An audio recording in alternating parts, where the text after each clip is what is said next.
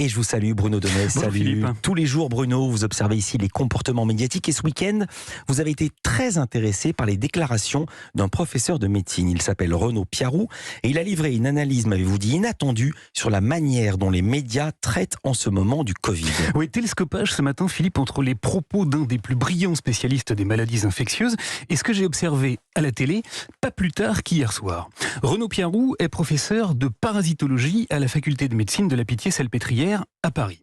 Il s'est rendu célèbre par ses travaux sur les épidémies de choléra et il s'intéresse donc désormais au virus du Covid. Il ne défend pas de chapelle ou de théorie particulière et lorsqu'il est interrogé sur France Culture par exemple, il se présente comme ceci. Moi, je ne suis pas là pour affaiblir ou renforcer un discours, mais c'est de dire ce qu'il en est. En d'autres termes, si j'ai remarqué ce professeur, Philippe, c'est parce qu'il m'a semblé qu'il s'intéressait principalement aux faits scientifiques, bien plus qu'aux commentaires, ce qui, en ce moment, vous en conviendrez, est une denrée suffisamment rare pour être signalée. Pour autant, on peut probablement classer Renaud Piarou dans la catégorie des prudents. Et lorsque, toujours sur France Culture, on lui demandait tout récemment un pronostic sur l'issue de la pandémie de Covid, voici comment il répondait. Il faut beaucoup de temps. Et sur une échelle de 2 ans, 3 ans, on ne peut vraiment pas dire « ça y est, on est arrivé au bout ». Il faudra beaucoup de temps pour en sortir. Or, la question de la fin du Covid est aujourd'hui extrêmement présente dans les médias. Ainsi, avant-hier, des journalistes du site internet de France Info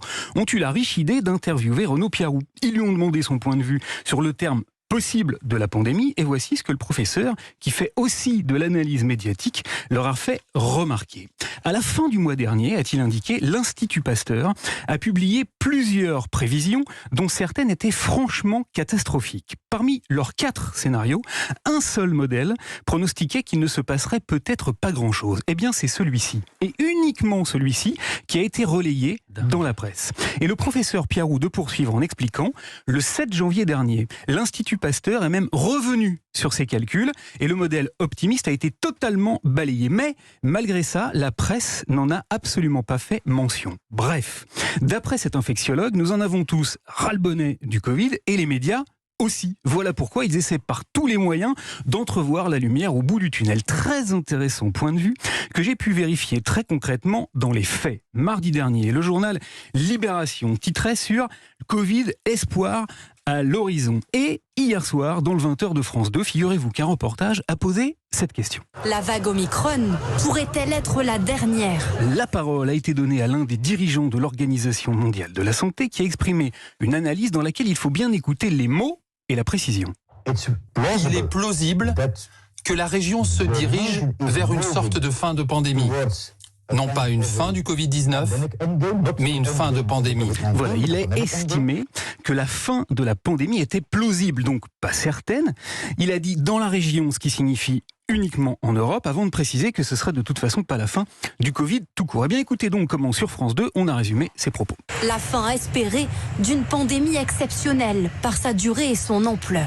Voilà, c'est la fin qu'elle a dit la madame CQFD. Bien vu, professeur Piarou, le scientifique qui a aussi expliqué que les oiseaux de mauvais augure n'étaient pas en odeur de sainteté dans les médias avant d'affirmer que rien, absolument rien, ne permettait de pronostiquer la fin de la pandémie. Et oui, je suis navré de commencer la semaine sur cette note pessimiste, Philippe, mais je prends ici tous les risques, y compris celui de me faire voler dans les plumes. Merci beaucoup Bruno Donnet, à demain.